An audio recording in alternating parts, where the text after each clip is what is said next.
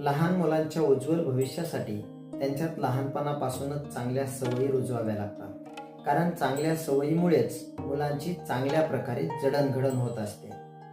लहान मुलांचे मन हे अतिशय संवेदनशील असते. या वयात आपण त्यांना ज्या सवयी लावू त्याच सवयी कायम त्यांच्यासोबत राहत असतात. एकदा का मुलांना चांगल्या सवयी लागल्या की त्यांचं संपूर्ण व्यक्तिमत्व बदलून गेल्याशिवाय राहत नाही. मुलांचं आयुष्य बदलून टाकणाऱ्या अशाच 10 सवयी आजच्या या व्हिडिओच्या माध्यमातून आपण पाहणार आहोत. लहान मुलांच्या जडणघडणीसाठी दर्जेदार व्हिडिओ आम्ही या चॅनलवर घेऊन येणार आहोत. आपल्याही मुलांचे उज्ज्वल भविष्य घडवायचे असेल तर आताच या चॅनलला सबस्क्राईब करून ठेवा. नमस्कार बांधवांनो, मी आहे प्राध्यापक हरेराम काकडे आणि आपण पाहत आहात मोटिवेशन गुरु. चला तर मग मुलांचे उत्तम व्यक्तिमत्व घडवण्यासंदर्भात महत्त्वाच्या 10 सवयी आपण पाहू. त्यामधील पहिली सवय आहे ती म्हणजे मुलं शारीरिकदृष्ट्या तंदुरुस्त ठेवणे. मुलांचं उज्ज्वल भविष्य घडवत असताना सर्वप्रथम त्यांचं शरीर मजबूत असलं पाहिजे. कारण शारीरिकदृष्ट्या मजबूत असणारी मुलं प्रत्येक संकटाशी 2 हात करत आपल्या भविष्यातील यशाचा अचूक वेध घेऊ शकतात. त्यासाठीच प्रत्येक मुलांना सकाळी लवकर उठून व्यायाम करायची सवय लावणं खूप महत्त्वाचं आहे. त्यामुळे ते दिवसभर प्रसन्न राहून प्रत्येक काम उत्साहात करतील. त्यामध्ये सूर्यनमस्कार करणे, विविध खेळ खेळणे, धावणे, सायकल चालवणे, पोहणे यासारख्या शारीरिक क्रिया सकाळी मुलाकडून करून घ्याव्यात. प्रत्येक मुलाला दररोज सकाळी काही वेळ योगा आणि ध्यान करायला लावणं आवश्यक आहे. जेणेकरून त्यांची एकाग्रता वाढून केलेला अभ्यास लक्षात ठेवण्यामध्ये त्यांना फायदा होईल. लहान मुलांचे आरोग्य चांगलं राखण्यासाठी त्यांच्या वैयक्तिक स्वच्छतेकडेही तितकंच आपल्याला लक्ष द्यावं लागतं. त्यामध्ये दात घासणं, आंघोळ करणं, बाहेरून आल्यानंतर नियमितपणे हात धुणं, कपडे स्वच्छ ठेवणे यासारख्या गोष्टीचीही लहानपणापासूनच त्यांना सवय लावणं महत्त्वाचं आहे. हे सगळं करत असताना आरोग्याच्या दृष्टिकोनातून मुलांची झोप पुरेशी होती की नाही याकडेही आपल्याला लक्ष द्यावं लागतं. वयाच्या आधारावर लेकरांना 8 ते 10 तासांची नियमित झोप आवश्यक आहे. या शारीरिक सवयी मुलांच्या शारीरिक आणि मानसिक आरोग्याच्या विकासासाठी खूप महत्त्वाच्या आहेत. कोणत्याही परिस्थितीत याकडे दुर्लक्ष करू नये. अन्यथा वेळ निघून गेल्यानंतर लाखो रुपयांची किंमत मोजली तरी शरीर मजबूत बनवता येणार नाही. योग्य वयात योग्य काळजी घ्या आणि लेकरांना आयुष्यभरासाठी मजबूत बनवा. त्यामधली दुसरी सवय आहे ती म्हणजे मुलांचा योग्य आहार. लहान मुलांचा आहार पोषणयुक्त आणि संतुलित असणे खूप महत्त्वाचे आहे. कारण यामुळेच त्यांचा बौद्धिक, शारीरिक आणि मानसिक विकास योग्य प्रकारे होतो. लहान मुलांच्या आहारात पुढील गोष्टींचा समावेश जरूर करावा.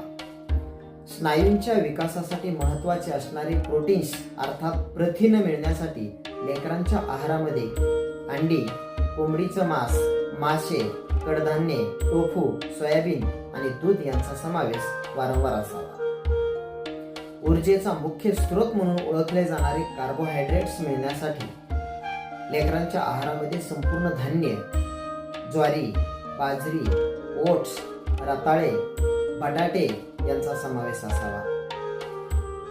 मुलांची रोगप्रतिकारक शक्ती वाढवण्यासाठी आवश्यक असणारे विविध प्रकारचे जीवनसत्व, खनिज आणि फायबर्स मिळण्यासाठी त्यांच्या आहारामध्ये शिमला मिरची, गाजर, बीट, पालक, फुलकोबी, सफरचंद, संत्री, केळी यांचा समावेश करावा. मुलांच्या हाडांच्या विकासासाठी आवश्यक असणाऱ्या कॅल्शियम आणि व्हिटॅमिन डी मिळण्यासाठी मुलांना दूध, दही, चीज, पनीर यासारख्या दुग्धजन्य पदार्थांचा त्यांच्या आहारामध्ये समावेश करावा. व्हिटॅमिन डी जर फुकट आणि मुबलक प्रमाणात पाहिजे असेल तर लेकरांना सकाळी कोवळ्या उन्हात खेळायची सवय लावून घ्या. लेकरांच्या शरीराला आरोग्यदायी चरबी मिळवणं खूप महत्त्वाचं आहे आणि ते आरोग्यदायी चरबी देणारे स्निग्ध पदार्थ अर्थात फॅट्स मिळवण्यासाठी मोहरीचे तेल, बदाम, अक्रोड, मोसंबी यासारख्या नैसर्गिक स्रोत आहारात जरूर वापरावेत. बलदंड शरीर मिळवण्यासाठी भिजवलेले बदाम आणि भिजवलेले शेंगदाणे खूप फायदेशीर आहेत. मुलांना खूपच हुशार आणि बौद्धिक बनवण्यासाठी मानवाच्या मेंदूचा आकार धारण केलेले अक्रोड मुलांच्या मेंदूच्या विकासासाठी खूपच महत्त्वाचा आहे. लेकरांच्या शरीरात पाण्याची पातळी टिकून ठेवण्यासाठी पुरेशा प्रमाणात पाणी पिण्यासोबतच ताज्या फळांचे रस, नारळ पाणी, सूप इत्यादींचा समावेश आहारामध्ये जरूर करावा. पचन संस्था सुरळीत ठेवण्यासाठी आवश्यक असणाऱ्या फायबरयुक्त आहार मिळवण्यासाठी ओट्स, संपूर्ण धान्ये, फळं, भाज्या आणि शेंगदाणे यांचा समावेश लेकरांच्या आहारामध्ये जरूर करावा. मुलांच्या विकासासाठी आवश्यक असणारे लोखंड अर्थात आयर्न मिळवण्यासाठी पालक, चणा डाळ, संत्र्यांचा रस, सफरचंद यांचा समावेश मुलांच्या आहारामध्ये असावा. सोबतच लोखंडी तव्यावर भाजलेली भाकरी सुद्धा मुबलक प्रमाणात आयर्न मिळवून देते. आणि सगळ्यात महत्त्वाचे म्हणजे प्रोसेस्ड आणि जंक फूड ज्यात साखर आणि मिठाचं प्रमाण जास्त असते त्याचा वापर मुलांच्या आहारामध्ये मर्यादितच असावा असं मला तरी वाटतं. मुलांचा आहार चविष्ट असावा परंतु त्याचबरोबर पौष्टिक आणि संतुलित देखील असावा याची काळजी प्रत्येक पालकांनी घेतलीच पाहिजे. त्यामधील तिसरी सवय आहे ती म्हणजे लोकव्यवहार. मुलांना लोकांमध्ये वागताना नम्रता, आदर आणि शिष्टाचार पाळणं खूप महत्त्वाचं आहे. त्यांच्या व्यक्तिमत्वाचा विकास होण्यासाठी पुढील काही गोष्टी शिकवणं त्यांना आवश्यक आहे. त्यामध्ये मुलं इतरांशी नम्रपणे बोलल्याने समोरच्या व्यक्तीच्या मनात घर करतात. मुलांना लोकांशी कायम प्रसन्न मनाने चेहऱ्यावर स्मित हास्य ठेवून नम्रपणे बोलायला शिकवलं पाहिजे. कृपया, धन्यवाद, माफ करा असे शब्द वापरण्याची ही सवय मुलांना लहानपणीपासूनच लावावी. मुलांना प्रत्येक व्यक्तीसोबत त्याला आदर द्यायला शिकवा. कारण टेक रिस्पेक्ट, गिव्ह रिस्पेक्ट याप्रमाणे आपण जर दुसऱ्या व्यक्तीला आदर दिला तरच आपल्याला त्याच्याकडून आदर मिळतो. त्यासाठी मुलांना आतापासूनच मोठ्या व्यक्तीशी आदराने बोलायला आणि आदराने वागायला शिकवलं पाहिजे. तसेच विचारलेल्या प्रश्नाचं त्याच वेळी मोजक्या शब्दात योग्य उत्तर द्यायलाही त्यांना शिकवलं पाहिजे. मुलं मोजक्या शब्दात बोलण्याऐवजी रटाळवानं बोलत असतील तर समोरच्या व्यक्ती बोर होतो आणि त्याच्या मनात आपल्या मुलाच्या प्रतिमेची छाप पडत नाही. जर योग्य प्रमाणामध्ये छाप पाडायची असेल तर हे करणं गरजेचं आहे. मुलामध्ये नेतृत्व गुणासारखे गुण विकसित करण्यासाठी सर्वांशी समानता ठेवणं खूप महत्त्वाचं आहे. मुलांनीही कोणताही भेदभाव न करता सर्वांशी समानतेने वागलं तर मुलं सर्वसमावेशक आहेत हे आणि त्यांचं उज्ज्वल भविष्य घडवण्यासाठी सुद्धा समानता हा गुण खूप महत्त्वाचा आहे. इतरांची मते आणि बोलणे शांतपणे ऐकण्याची सवय मुलामध्ये असली पाहिजे. समोरच्या व्यक्तीचे पूर्ण बोलणं झाल्यानंतरच आपण बोलायला सुरुवात करावी. हा गुण मुलामध्ये आतापासूनच रुजवायला पाहिजे. अन्यथा समोरचे लोक त्याला वेड्यात काढल्याशिवाय राहत नाहीत. लोकांना गरज असल्यास मदत करावी. मित्रासोबत खेळताना किंवा काम करताना कायम त्यांच्यासोबत सहकार्य ठेवावे. कारण या सहकार्यातूनच त्यांच्या अंगामध्ये खूप मोठा नेतृत्व गुण विकसित होणार आहे. मुलांना विवेकाने बोलायला शिकवलं पाहिजे. प्रत्येक ठिकाणच्या परिस्थितीनुसार मुलांनी बोललं पाहिजे. जोरात बोलणे, चिडचिड करणे किंवा राग व्यक्त करणे हे शक्यतो मुलांनी टाळावे आणि त्यासाठी पालकांनी त्यांना योग्य त्या सूचना कराव्यात. योग्य वेळोवेळी काळजी घ्यायला सांगावी. कारण अशा गोष्टीमुळेच मुलांचा स्वभाव चिडचिडा बनण्याची शक्यता असते. सार्वजनिक ठिकाणी, शाळेत किंवा अन्य ठिकाणी कुठेही मुलांनी शिस्त पाळली पाहिजे. जसे की ओळीत उभं राहणं असेल, शांतपणे वागणं, गोंधळ न घालणे या गोष्टीमुळे समोरच्या व्यक्तीवर मुलांची योग्य ती छाप पडत असते. यासोबतच स्वच्छता राखणे, समजूतदारपणे निर्णय घेणे, धैर्य आणि संयम दाखवणं हेही लेकरांना लहानपणीपासूनच शिकवणं खूप महत्त्वाचं आहे. या सवयी मुलांच्या चांगल्या व्यक्तिमत्वाच्या विकासासाठी मदत करतात आणि लोकांमध्ये त्यांचं वर्तन सभ्य आणि आदरणीय बनवतं. यासारख्या सवयी मुलांना जर लहानपणापासूनच लावली तर मुलांची योग्य जडणघडण होत असते. यामधली चौथी सवय आहे ती म्हणजे योग्य वेळेचे नियोजन. मुलांना वेळेचे नियोजन शिकवणं त्यांच्यासाठी खूप महत्त्वाचं आहे. कारण यामुळे त्यांना शिस्तबद्ध आणि जबाबदार व्यक्ती बनवता येतं. मुलांच्या वेळेचे नियोजन आपण पुढील प्रमाणे करू शकतो.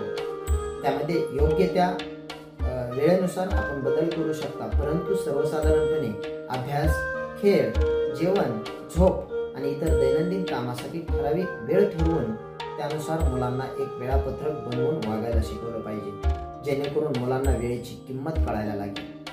मुलांना वेळेचे नियोजन केल्यामुळे मिळणाऱ्या फायद्याची जाणीव करून द्या. जसे की वेळेत गृहपाठ पूर्ण झाल्यास खेळण्यासाठी किंवा आवडते काम करण्यासाठी वेळ मिळतो. या सवयीमधूनच टार्गेट ठरवायला आणि ते वेळेत मिळवायला लेकरं शिकतील. जर प्रत्येक टार्गेट लहानपणापासून ठरवून ते मिळवलं तर मुलं भविष्यात खूप मोठी बनतात. मुलांना आपत्कालीन आणि दीर्घकालीन उद्दिष्ट ठरवायला शिकवलं पाहिजे. यामध्ये 1 दिवसाच्या किंवा 1 आठवड्याच्या कामाचे उद्दिष्ट ठरवावे. जसे की एका दिवसात गृहपाठ पूर्ण करणे किंवा आठवड्याच्या शेवटी एखादा मोठा प्रकल्प जमा करणं असेल. मुलांनी स्वतःची कामे स्वतः करायला शिकवली पाहिजे. त्यामध्ये त्यांचा गृहपाठ, शालेय तयारी आणि इतर कामे वेळेत पूर्ण करण्याची जबाबदारी मुलांना घ्यायला शिकवा.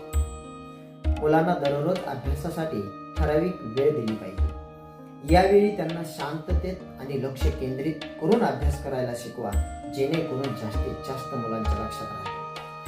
मुलांनी सतत अभ्यास किंवा एखादे काम करण्याऐवजी अधूनमधून एक 5-10 मिनिटांचा ब्रेक घ्यावा, जेणेकरून पुन्हा मुलं ताज्या दमाने त्या कामाला सुरुवात करतील. अभ्यासानंतर आवडत्या गोष्टी करण्यासाठी वेळ राखीव ठेवावा, ज्यामुळे मुलांना यातून प्रेरणा मिळते. मुलांना वेळेचे नियोजन केल्याबद्दल शाबासकी किंवा छोट्या प्रोत्साहनाच्या स्वरूपात बक्षीस द्यावं, जेणेकरून त्यांना हे नियोजन आवडेल आणि वारंवार नियोजन करायची सवय लावून घेतील. या प्रकारे मुलांना वेळेचे योग्य नियोजन शिकवलं तर ते शिस्तबद्ध आणि जबाबदार बनतात. तसेच त्यांचे शैक्षणिक आणि वैयक्तिक आयुष्यही संतुलित राहते. त्यामधली 5वी गोष्ट आहे ती म्हणजे मुलांचा अभ्यासूपणा, अवांतर वाचन. मुलांचं अवांतर वाचन बौद्धिक, भावनिक आणि सर्जनशील विकास घडवून आणण्यासाठी खूप महत्त्वाचं आहे. शालेय अभ्यासाबरोबरच विविध प्रकारचे साहित्य वाचन मुलामध्ये विचारशक्ती आणि कल्पनाशक्ती वाढवते. सोबतच मुलांना वाचनाची गोडी लावण्यासाठीही हे खूप महत्त्वाचं आहे. त्याच्यासाठी वाचनाची आवड निर्माण करण्यासाठी मुलांना त्यांच्या वयानुसार आणि आवडीप्रमाणे कथा, गोष्टी, काही माहितीपर पुस्तकं, काही थोर व्यक्तींची जीवनचरित्र आणि इतर पुस्तके उपलब्ध करून द्यावे. शैक्षणिक आणि माहितीपर साहित्य जसे की विज्ञान, भूगोल, इतिहास, कला यासारख्या विषयावरील पुस्तकं वाचल्याने त्यांच्या ज्ञानाची मर्यादा वाढते. महान व्यक्तिमत्वाचे जीवनचरित्र वाचल्याने मुलांना एक प्रेरणा मिळते आणि आदर्श विचार शिकता येतात. शालेय पुस्तकाव्यतिरिक्त इतर विषयावर वाचन केल्यास त्यांच्या ज्ञानाची कक्षाही रुंदावते. त्यासाठी मुलांना रोज त्यांच्या वेळापत्रकातच काही वेळ अवांतर आणि आवडीच्या वाचनासाठी राखून ठेवावा, जेणेकरून मुलांना ती ही सवय लागेल. मुलांना दर आठवड्यात किंवा महिन्यात एकदा मोठ्या ग्रंथालयामध्ये घेऊन जावं. त्यांना तिथं वेगवेगळी पुस्तकं निवडून ती वाचण्याची संधी आपण पालक म्हणून उपलब्ध करून द्यावी. मुलांच्या वयानुसार आणि आवडीनुसार पुस्तकं निवडणं खूप महत्त्वाचं असतं. लहान मुलासाठी रंगीत चित्र असलेली गोष्टीची पुस्तकं निवडावीत आणि मोठ्या मुलांसाठी थोडी अधिक जटिल आणि एक आव्हानात्मक पुस्तकं असावीत. मुलांनी जे पुस्तक वाचलं आहे त्यावर त्यांच्याशी चर्चा करा. यामुळे त्यांनी वाचलेली पुस्तकं लक्षात ठेवून त्या गोष्टीचा अर्थ लावण्याची आणि त्यातील शिकवणी समजण्याची प्रेरणा मिळते. मुलांना एक ठराविक पुस्तक वाचल्यास त्यांना बक्षीस किंवा एक प्रोत्साहन द्या, त्यामुळे त्यांना त्या वाचनाचीही गोडी लागेल. शक्यतो मुलांच्या कल्पनाशक्तीला चालना देणाऱ्या कथा आणि साहसी गोष्टी वाचण्यासाठी मुलांना आपण प्रोत्साहन द्यावे. वाचनामुळं भाषाशैली तर सुधारतेच, विचारशक्तीही विकसित होते आणि कल्पनाशक्तीलाही चालना मिळते. त्यासोबतच त्यांची बौद्धिक क्षमता आणि आत्मविश्वास वाढवण्यासाठीही हे अवांतर वाचन खूप महत्त्वाचं आहे. त्यामधली 6वी गोष्ट आहे ती म्हणजे कला आणि विरंगुळा. प्रत्येकाच्या आयुष्यामध्ये एकतरी कलेची जोपासना असावीच, त्यामुळे मुलांनाही विरंगुळेतून कलेची जोपासना करायला शिकवा. मुलांचा विरंगुळा त्यांच्या शारीरिक, मानसिक आणि भावनिक विकासाला पोषक ठरेल असाच असावा. त्या विरंगुळ्यामध्ये मुख्यत्वे करून खेळ आणि व्यायाम यांचा समावेश जास्तीत जास्त असावा, जेणेकरून त्यांचा विरंगुळा होईल आणि शरीर मजबूत होण्यासाठीही मदत ठरेल. चित्रकला, हस्तकला, संगीत, वादन, डान्स, काव्यलेखन अशा क्रियामुळे मुलांची सर्जनशीलता वाढते आणि त्यांचा मानसिक विकास योग्य प्रमाणात होतो. मुलांना गाणी ऐकणं, गाणी शिकणं, पियानो, गिटार, तबला इत्यादी वाद्य वाजवण्यासाठी वेळ उपलब्ध करून द्या. मुलांना नृत्याची आवड असल्यास त्यांना ते शिकण्यासाठी किंवा मनसोक्त नाचण्यासाठी वेळ उपलब्ध करून द्या. शैक्षणिक खेळ खेळावे, त्यामुळे त्यांच्यात विचारशक्ती व तर्कशक्ती विकसित होते. पझल्स, बुद्धिबळ, सुडोकू यासारखे खेळ जर मुलांना शिकवले तर लहान वयामध्येच त्यांचा बौद्धिक विकास होतो. त्यानंतर विज्ञानाचे प्रयोग करायला द्या, त्यामध्येही त्यांची जिज्ञासा आणि सर्जनशीलता वाढल्याशिवाय राहत नाही. मुलांना निसर्गात वेळ घालवायला प्रोत्साहन द्या, त्यांना तो वेळ उपलब्ध करून द्या. ट्रेकिंग, बागकाम किंवा पक्षी निरीक्षण यासारख्या क्रियामध्ये मुलांचा सहभाग करून घेता येतो.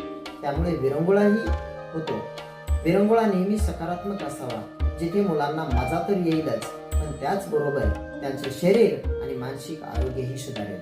मुलांचा विरंगुळा त्यांच्या शारीरिक, मानसिक आणि भावनिक विकासासाठी अत्यंत महत्त्वाचा आहे. विरंगुळा हा मुलांना ताजेतवाने करतो, त्यांचं मन शांत ठेवतो. यामधली 7वी सवय आहे ती म्हणजे मुलांचा आत्मविश्वास वाढवणं. मुलांचा आत्मविश्वास वाढवण्यासाठी पालक आणि शिक्षकांनी आवर्जून काही गोष्टी केल्या पाहिजेत. त्यामध्ये उदाहरणासाठी मुलांनी आत्मविश्वासाने आणि स्पष्ट बोलायला शिकलं पाहिजे. कोणताही संवाद असो तो स्पष्ट आणि प्रभावी असावा. मुलांना छोट्या छोट्या स्टोरी सांगून त्यांच्याकडून त्या वधवून घ्या, जेणेकरून ते धाडसाने हळूहळू बोलायला शिकतील आणि त्यातूनच त्यांचा नेतृत्व गुण विकसित करायला चालना मिळेल. आणि धाडसानं बोलायला शिकले म्हणजे त्यांचा आत्मविश्वासही वाढायला मदत होते. मुलांनी केलेल्या चांगल्या कामाच्या, प्रयत्नांची आणि त्यांच्या यशाची प्रशंसा जरूर करा, यामुळे त्यांचा आत्मविश्वास वाढायला लागतो. जर यातूनही मुलांनी एखादी चूक केली तर त्यांना दोष देत बसू नका, त्यापेक्षा त्यांना ती चूक कशी सुधारावी हे शिकवा. यामुळे ते निराश होण्याऐवजी आत्मविश्वासाने पुन्हा जोमाने येऊन ते काम झपाट्याने करतील.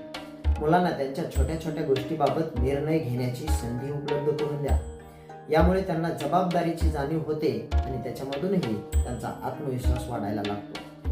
मुलांची आवड आणि क्षमता ओळखा, त्यांना त्यानुसार प्रोत्साहन द्या.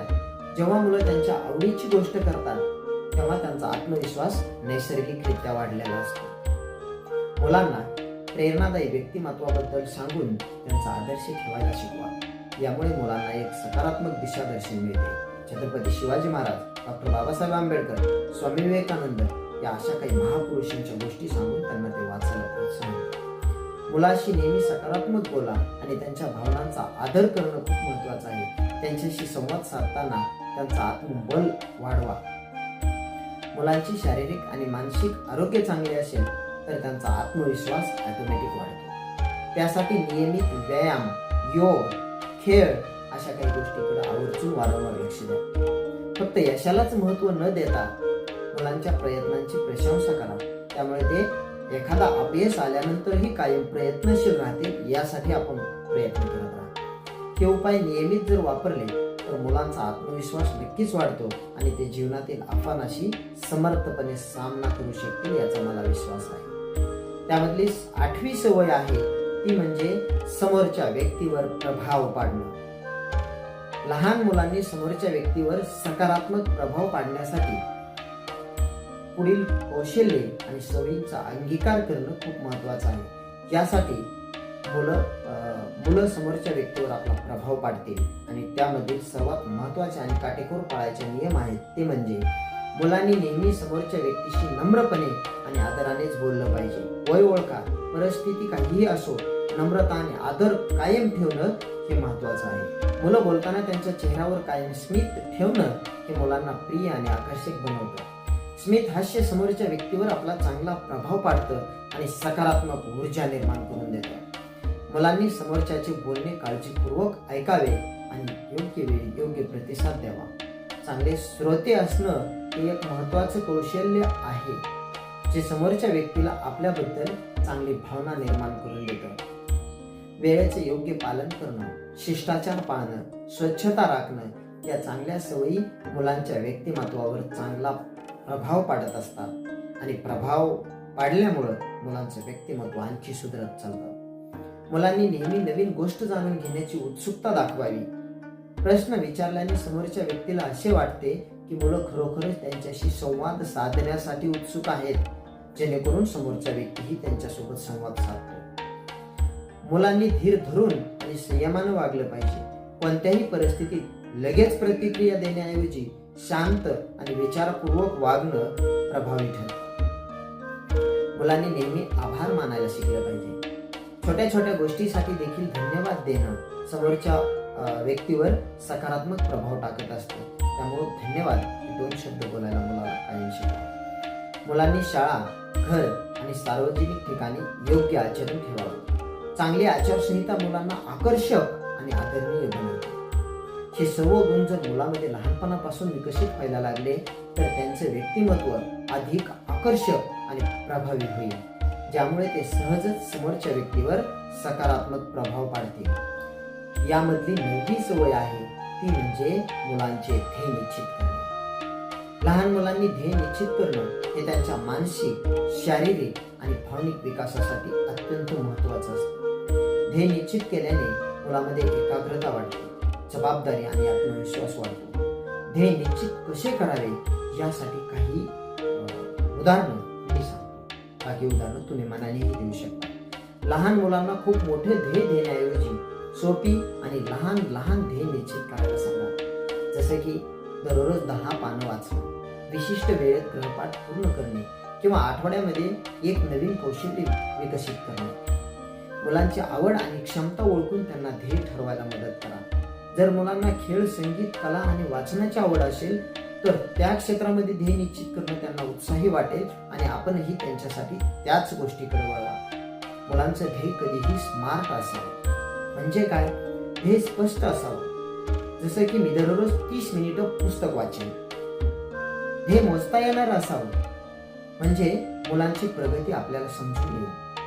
ध्येय मुलांच्या क्षमतेनुसार असावं, जेणेकरून ते सहज त्यांना गाठता येईल. ध्येय मुलांच्या विकासाशी संबंधित असावं. ठराविक वेळेत पूर्ण करावे लागेल असं ध्येय असावं. मुलांना नेहमी सांगावं की ध्येय गाठणं जितकं महत्वाचं आहे तितकंच प्रयत्न करणंही महत्वाचं आहे. जर त्यांनी प्रयत्न केले आणि एखाद्या वेळेस चुकून अपयश आलं तरी ते त्यात शिकतील आणि पुढच्या वेळी ते नक्कीच यशस्वी होतील. याच्यासाठी हे महत्वाचं. मुलांना त्यांच्या ध्येयांची एक यादी तयार करायला सांगा. त्यामुळे त्यांना ते ध्येय रोज आठवणीत राहील आणि ते कोणती दिशा घेऊ इच्छितात हे आपल्यासाठी स्पष्ट होईल आणि त्या दिशेने त्या मुलाला प्रवास करायला आपल्याला लावता येईल. मुलांना त्यांची प्रगती तपासण्यासाठी वेळोवेळी थांबून विचार करायला शिकवा. यातून ते काय योग्य करत आहेत आणि काय सुधारायचं आहे हे आपल्यालाही समजून येईल आणि ते स्वतः समजून घेतील. मुलं ध्येय साध्य करण्याच्या दिशेने प्रयत्न करत असतील तर त्यांची प्रशंसा करा. त्यामुळे त्यांना पुढे आणखी प्रयत्न करायला प्रोत्साहन मिळेल. काही वेळा मुलांचं ध्येय बदलण्याची गरज भासू शकते. अशा वेळी ध्येयात लवचिकता ठेवणं गरजेचं आहे. मुलांना त्यांच्या ध्येयामध्ये बदल करण्यासाठी मुभा द्या, परंतु त्यांना प्रगती करण्यासाठी मार्गदर्शन कायम करत राहा. ध्येय पूर्ण न झाल्यास निराश होण्याऐवजी मुलांना अपयशाचा स्वीकार कसा करायचा आणि त्यातून शिकून पुढं कसं जायचं हे शिकवा. हे ध्येय साध्य करण्याच्या प्रक्रियेतील महत्वाचा भाग आहे. मुलांना ध्येय साध्य केल्यावर ते साजरं करण्यासाठी तुम्ही स्वतः सामील व्हा.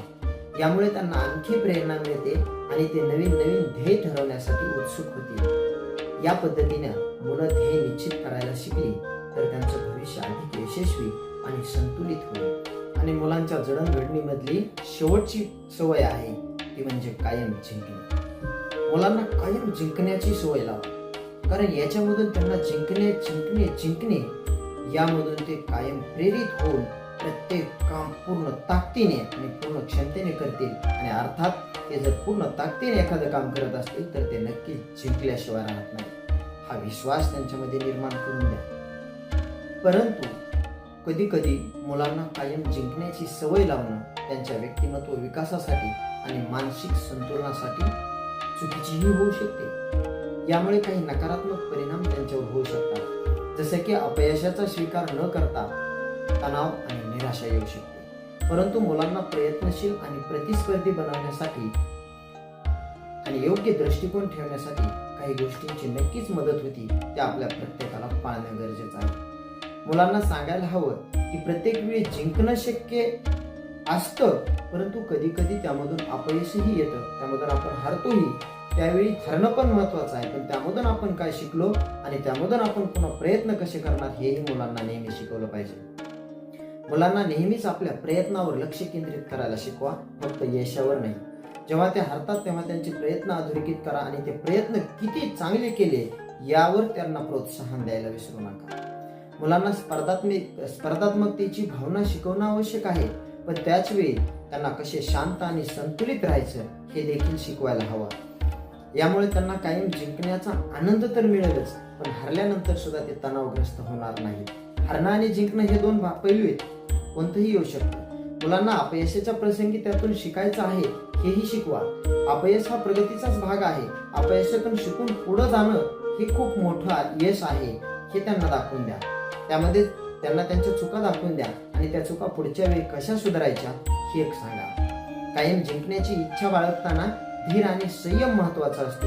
मुलांना हेही सांगा की काही गोष्टींना जिंकण्यासाठी वेळ लागतो. एखादं ध्येय साध्य करण्यासाठी आपल्यामध्ये सातत्यपूर्ण प्रयत्न करणं आवश्यक आहे हेही मुलांना शिकवा. मुलांना केवळ स्वतःच जिंकण्यावर लक्ष केंद्रित करायला शिकवण्याऐवजी कधी कधी टीमवर्क आणि सहकार्याचंही महत्त्व सांगा. कधी कधी आपण इतरांसोबत जिंकलो तर आणखी मूल्यवान असतं, जसं की कबड्डी, क्रिकेटचा संघ, हेही त्यांना दाखवून द्या. मुलांना लहान सहान यशामध्येही आनंद शोधायला शिकवा. सतत मोठे यश मिळवण्याच्या अपेक्षेपेक्षा प्रत्येक प्रगतीचं महत्त्व मुलांना समजून द्या. मुलांना नेहमी इतरांशी स्पर्धा करण्याऐवजी स्वतःशी स्पर्धा करायला शिकवा, कारण ते जास्त महत्वाचं आहे. आज मी कालपेक्षा किती चांगलं करतोय हा दृष्टिकोन त्यांच्यामध्ये बदल करण्यासाठी खूप महत्वाचा आहे आणि यामधूनच त्यांना प्रगती करण्यासाठी एक प्रेरणा मिळणार आहे. मुलांना हे स्पष्ट करा की जीवनात दोन गोष्टी महत्वाच्या आहेत, कधी जिंकणं तर कधी हरणं. अपयश हा यशाचाच एक भाग आहे आणि जिंकण्यासाठी हरण्याचा अनुभव असावाच लागतो हे मुलांना कायम सांगा. मुलांना जिंकण्याबाबत सकारात्मक विचार आणि भावना राखायला शिकवा. त्यांना नेहमी प्रेरणा द्या की ते चांगले काम करत आहेत आणि यश मिळवण्यासाठी अजून काही प्रयत्नांची गरज आहे, म्हणजे ते पूर्ण प्रयत्न करतील आणि प्रत्येक यश स्वतःमध्ये खेचून आणतील. त्यासाठी मुलांना कायम जिंकायला तर शिकवाच, पण जिंकण्याची सवय लावताना त्यांना प्रयत्नशील, धैर्यशील आणि शिकण्यास उत्सुक बनवणं महत्वाचं आहे. यामुळे ते मानसिक दृष्ट्या बलवान होतील आणि अपयशाचाही योग्य स्वीकार करतील. योग्य दृष्टिकोनातून स्पर्धा आणि यशांचा आनंद घेणं खऱ्या अर्थानं त्यांना यशस्वी बनवेल. या सवयी मुलांना लहानपणापासून लावल्या तर त्यांच्या आयुष्यात क्रांतिकारी बदल झाल्याशिवाय राहणार नाहीत, हा मला विश्वास आहे. हा व्हिडिओ जर आवडला असेल तर लाईक आणि कमेंट करा, जेणेकरून असेच व्हिडिओ बनवायला आम्हाला प्रोत्साहन मिळेल. तर पुन्हा भेटू अशाच महत्त्वपूर्ण व्हिडिओच्या माध्यमातून. धन्यवाद.